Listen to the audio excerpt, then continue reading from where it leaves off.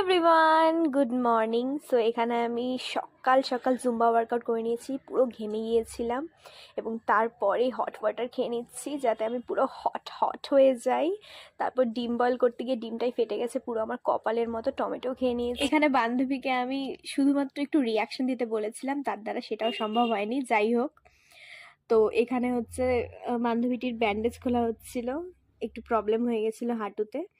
তো এখানে দেখাচ্ছে কোন দিক দিয়ে সুচ ঢুকিয়েছিল ডাক্তার, সেটা এই যে দেখাচ্ছে আমার বান্ধবী।